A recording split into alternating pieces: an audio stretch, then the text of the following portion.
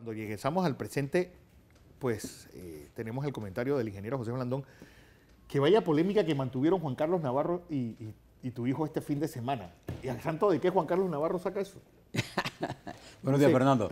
El Causeway entero cuesta 69 millones y arreglar 3 aceras, dice 120. Bueno, buenos días, Fernando. Buenos días a toda nuestra audiencia. Lunes 10 de abril, lunes santo. Lunes santo. O sea, yo recuerdo con mi abuela, doña Cheva, cuando comenzaba la Semana Santa, que para ella comenzaba el Domingo de Ramos, o sea, ayer, claro. Durante toda esa semana no barría la casa, porque era como barrera a Dios, y no te dejaban ir al río, bañate, porque si no te volvía pescado. O sea, había una concepción muy, ¿cómo se llama? Muy particular de la Semana Santa. Pero lo raro, por ejemplo, mi mamá que iba toda la Semana Santa, bueno, mi mamá la mandaban todo el verano a Pedací.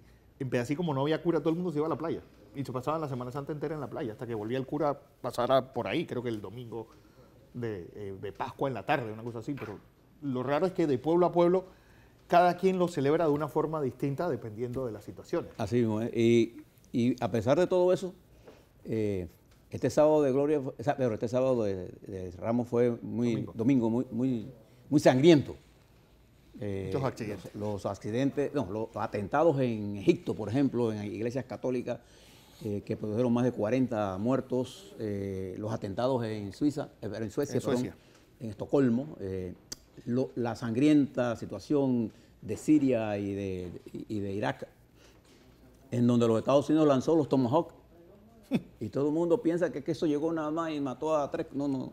Eso mata a todo el que le toca.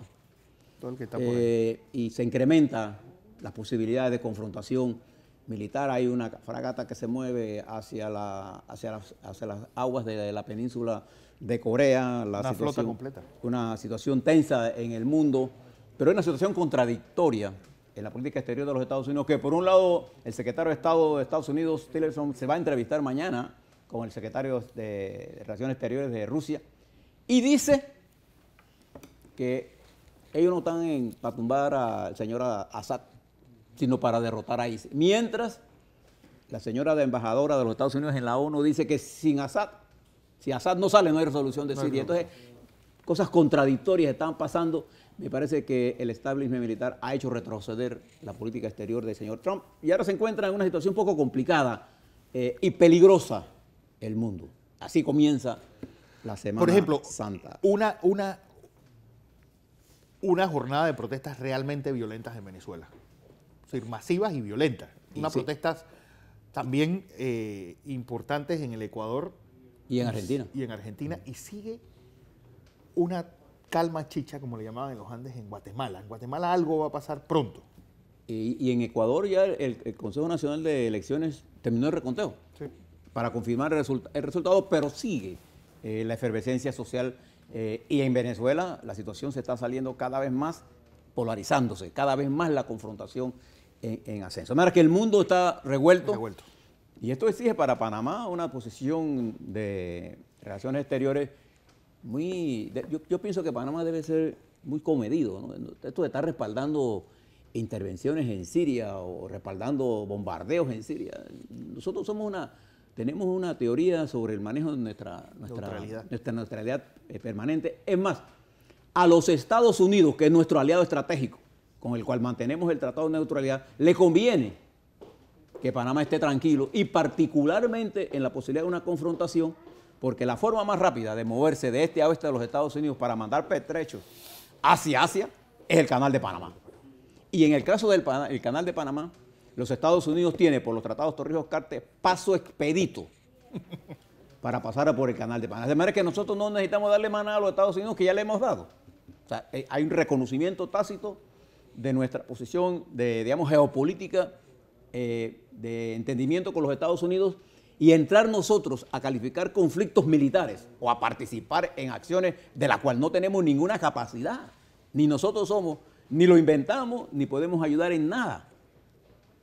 Para esto solo con la solidaridad internacional, pensando siempre en la neutralidad activa, es decir, tratando de colaborar en la lucha por la paz.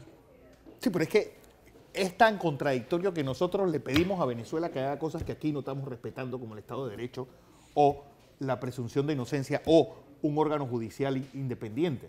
Pero esas son las cosas que, por eso le digo que la política exterior de un país es el reflejo y debe ser el reflejo. Nosotros no podemos estar pidiéndole a los demás lo que no hacemos. Claro. Por otro lado, no podemos tener una política exterior para complacer a un presidente, porque la política exterior debe estar dirigida a defender los intereses de la nación. En este caso, nuestra política se ve mejor servida con la lucha por la paz y la búsqueda de entendimientos políticos en vez de estar apoyando acciones militares que lo único que traen es fomentar la confrontación y el odio entre las naciones. Fíjese que Siria lleva tantos años de guerra, tantos muertos, tantos exilados, ¿no así? Y el odio que está concentrándose ahí es muy fuerte. muy fuerte. De manera que nosotros debemos ser muy cuidadosos sobre esto. Bueno, vamos al plano interno. Venga. Usted me hablaba de la reaparición de Juan Carlos Navarro. Juan Carlos Navarro, y le voy a leer un tuit que estaba colgando de entre las cosas que dijo, ¿no? Dice, ¿alguien puede explicar esto? Decía Juan Carlos Navarro en un tuit. 150 millones en 3 aceras Blandón Odebrecht versus toda la calzada de Amador Nueva a 4 vías más parques, solo 67 millones. Bien. Cuando uno lee estas cosas, uno se pone a pensar, uno piensa que hay gente que aspira a la presidencia que debe tener la madurez de cuando dice una cosa como esta, por lo menos cerciorarse si las cifras que él está usando son ciertas o son falsas. Porque si yo puedo demostrar que las cifras de él son falsas, entonces está muerto. Claro. Y la primera cosa que le quiero decir a Juan Carlos es que si usted se mete a la página web del municipio de Panamá, se va a dar cuenta que el proyecto de renovación urbana, que no es las aceras de Caledonia, ni son 3 aceras, se va a dar cuenta que el costo de ese proyecto es 89 millones de dólares. Más que también está el soterramiento. Y no 150 millones como él dice. Ya de salida, su premisa es falsa, primero. Después siguió escribiendo otros tuits. Segundo, ese no es un proyecto de aceras nada más. Eso es un proyecto en donde el costo de la acera es el costo menor del proyecto. El proyecto más caro, lo que hace más, el componente más caro de ese proyecto es el soterramiento de los cables que va a lo largo de toda la vía Avenida Central y que da la vuelta. O sea, es un proyecto para recuperar, Juan Carlos, la parte de la ciudad que ha sido olvidada y donde ha sido expulsado la clase media que vivía por allí. Que en su alcaldía no se hizo nada de esto.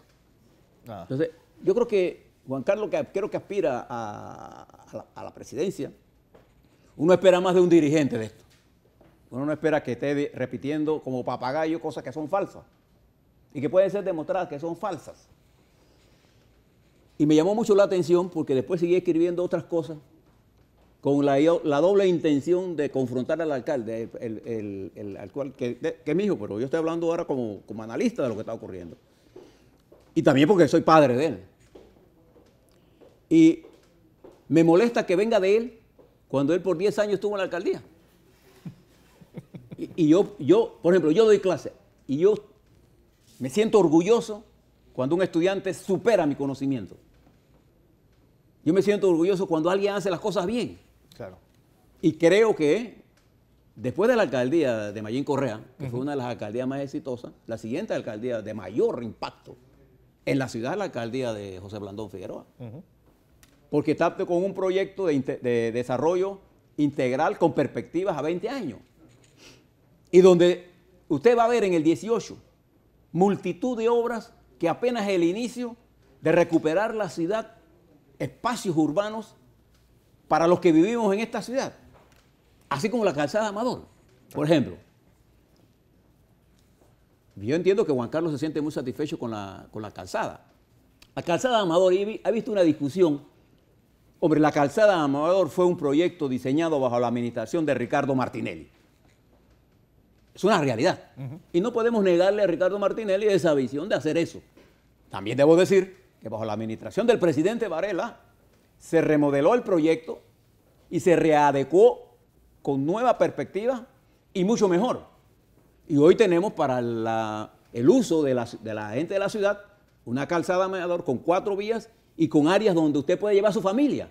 Esos son espacios urbanos, ¿no así?, que se inició bajo la administración de Martinelli, y no podemos negarle a Ricardo Martinelli que fue el que inició ese proyecto, y no podemos negarle a Juan Carlos Varela que hizo importantes ajustes al proyecto, y hoy el proyecto es mejor.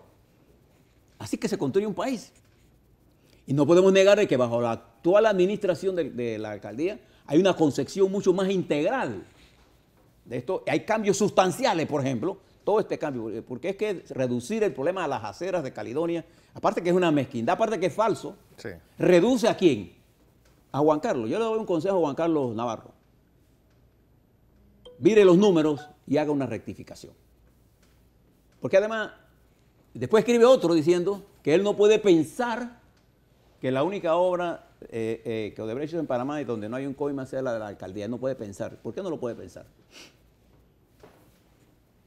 Entonces, yo no sé qué está en la mente de él, pero yo creo que debiera rectificar, porque la descalificación permanente que están teniendo los políticos sobre ellos mismos dice más del que la hace que el que la recibe, porque es evidente que hay cambios sustanciales en la ciudad capital, como por ejemplo también hay cambios en San Miguelito. El alcalde de Cumberbatch acaba de anunciar un proyecto de impacto en San Miguelito, que es la construcción del mercado municipal. ¿Y eso por qué ha sido posible? Bueno, porque el gobierno desarrolló el proyecto de la descentralización municipal y ha permitido que nuevos ingresos vayan a los municipios para fortalecer el gobierno local. No hay ningún país en el mundo que se haya desarrollado con gobiernos locales débiles. Pero además, Juan Carlos Isulay, creo que también escribió sobre esto, cometen un grave error. En la comuna capitalina, la mayoría de los representantes de corregimiento son PRD. Sí. Y bajo el liderazgo del alcalde actual, que es panameñista, José Blandón Figueroa, los representantes del PRD han jugado un papel importante también en la modernización de esto. Que cuando Juan Carlos ataca la acción que está ocurriendo, está atacando a sus propios representantes de corregimiento, que aprobaron el plan de desarrollo de largo plazo. O sea, me parece más un arrebato de niño rico que un argumento de un dirigente político. De manera que yo llamo a la reflexión sobre estas cosas, porque usar la mentira como argumento no lo produce nada más que descalificación al sistema político de quien lo hace. Que yo apelo a la sensatez y le doy la respuesta a Juan Carlos. Nada más tiene que meterte en la web. Y te darás cuenta que te equivocaste de lo que estás diciendo. Pero mire, para hablar de esto más, ayer tuve la oportunidad de escuchar la intervención que hacía el abogado Carlos Carrillo en el programa Debate Abierto que conduce el periodista Álvaro Alvarado. Una sesuda intervención del abogado Carrillo a lo largo de todas las intervenciones, en donde él hizo serias e importantes aportaciones al problema de la justicia, cómo se están manejando los casos. Y explicaba las contradicciones en las que la Corte ha caído al manejar los casos, 2 casos del presidente Martinelli, uno con un proceso y otro con otro proceso totalmente diferente, en la misma Corte. Y que esto va a traer como consecuencia un desprestigio de la Corte Suprema ante el mundo, porque todos estos procesos van a ser sometidos también a las Cortes Internacionales de los Derechos Humanos. Si usted le viola a alguien aquí los derechos humanos, sea quien sea, hay apelaciones porque Panamá es signataria de convenciones de protección de los derechos humanos que prevalecen esas decisiones sobre las leyes y la Constitución de la República de Panamá. Pero Carlos Carrillo hacía una explicación más clara. Lo que está pidiendo es que se cumpla la ley y la Constitución. Por ejemplo, en el secuestro del helicóptero, el secuestro se hace por una supuesta vinculación de ese helicóptero a pagos de sobornos hechos por Odebrecht. Los documentos demuestran que no se hizo. ¿Ah? ¿Eso qué significa?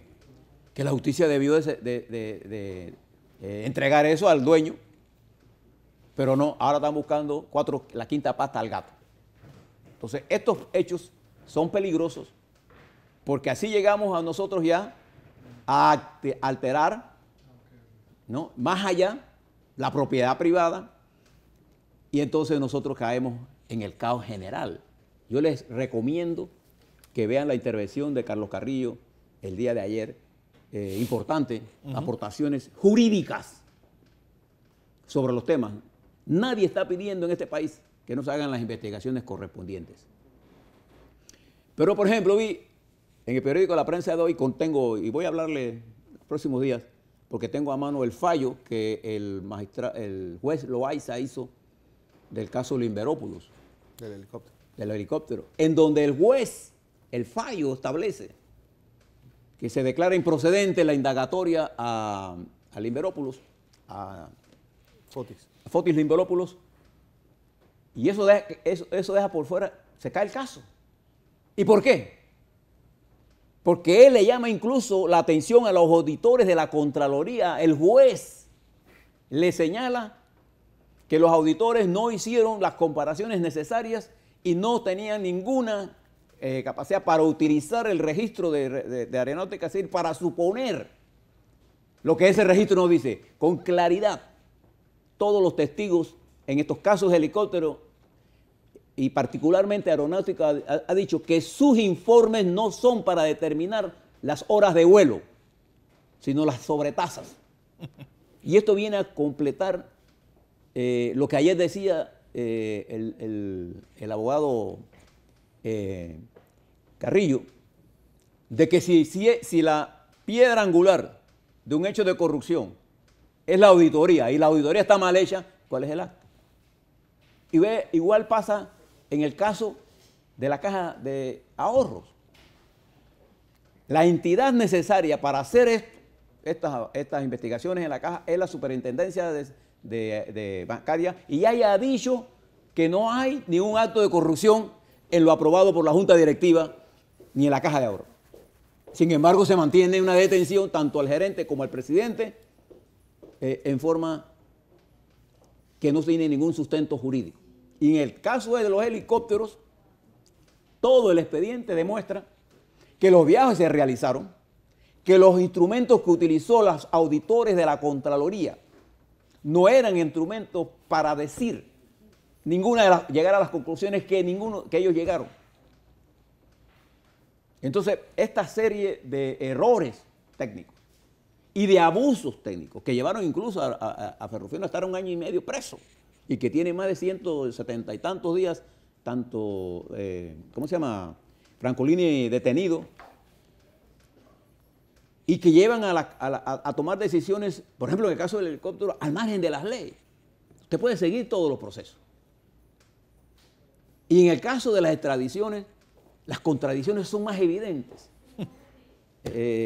Yo no sé, en el caso yo hablo de las personas que se le dieron indultos.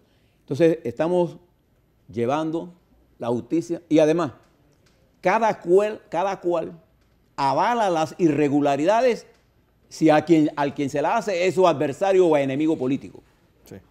Entonces, estamos avalando, decía Carrillo, por impulsos políticos, procedimientos inadecuados. ¿Y por qué le planteo todo esto?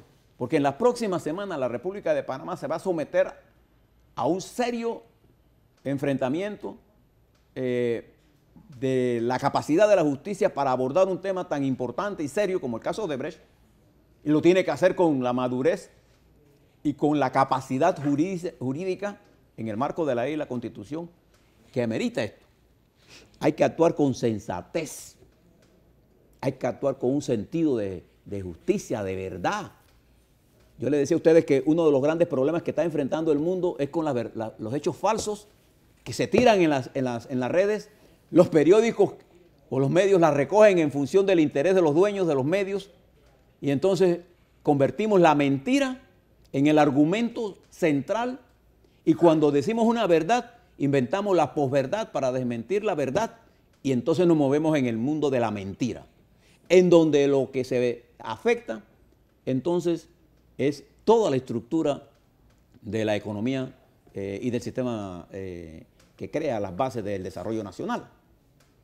Por ejemplo, todo esto afecta a los bancos, afecta el sistema de inversiones, afecta la estabilidad y Panamá no se merece eso. Panamá tiene un futuro que puede llevarlo en paz, pero los primeros que tienen que aportar a esto son los dirigentes políticos, ¿no? Que en función de destruir a su adversario no le importa mentir, no le importa aupar la violación de la ley si la ley favorece los intereses. Ahora, cuando un juez toma una decisión contraria, como este caso de los helicópteros, inmediatamente quieren atacar al juez.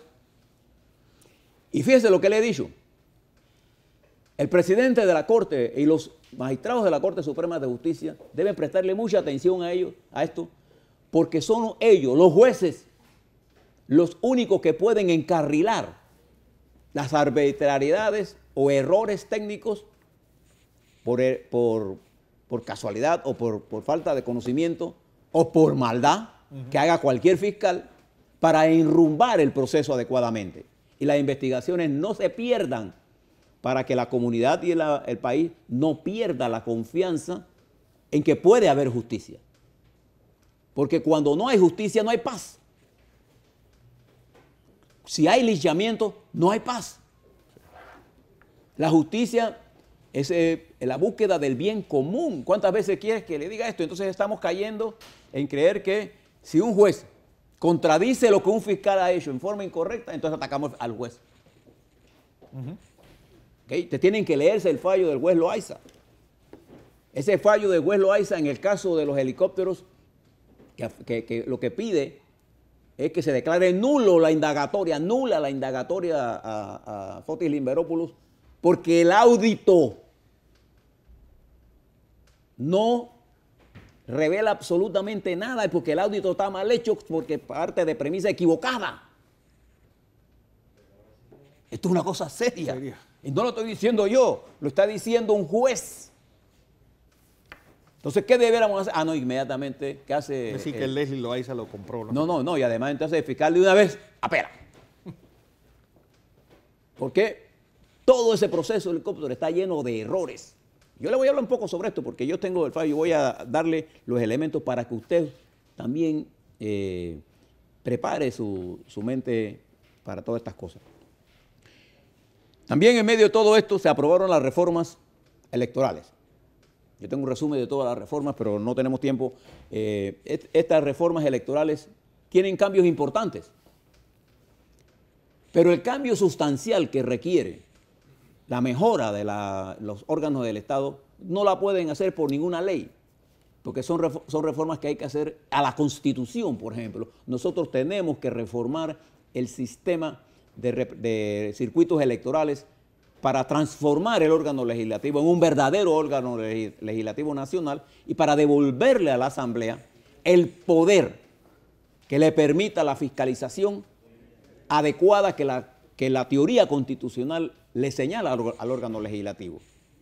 Eso no se puede hacer por ley. Sin embargo, en la reforma hay algunos aspectos importantes que cambian reglas del juego y que es importante que usted la conozca. Pero eso lo vamos a hacer después de la Semana Santa, porque sí, yo creo que ahora tenemos que hablar un poco más sobre el escenario en que se están dando estos desarrollos. Finalmente, esta semana el presidente anunció que iba a decir algunas rotaciones, entre ellas la importante decisión de qué va a pasar en la caja del Seguro Social, en donde se requiere urgentemente que se designe quién es el nuevo director, y entiendo que el señor Fidán, que ya va fuera de Tocumen S.A., y se espera que se anuncie a Carlos Dubois como nuevo director. Y todas esas cosas estarán pasando entre hoy y mañana y nosotros las estaremos comentando para ustedes. Así es. Comentario del ingeniero José Blandón Castillo.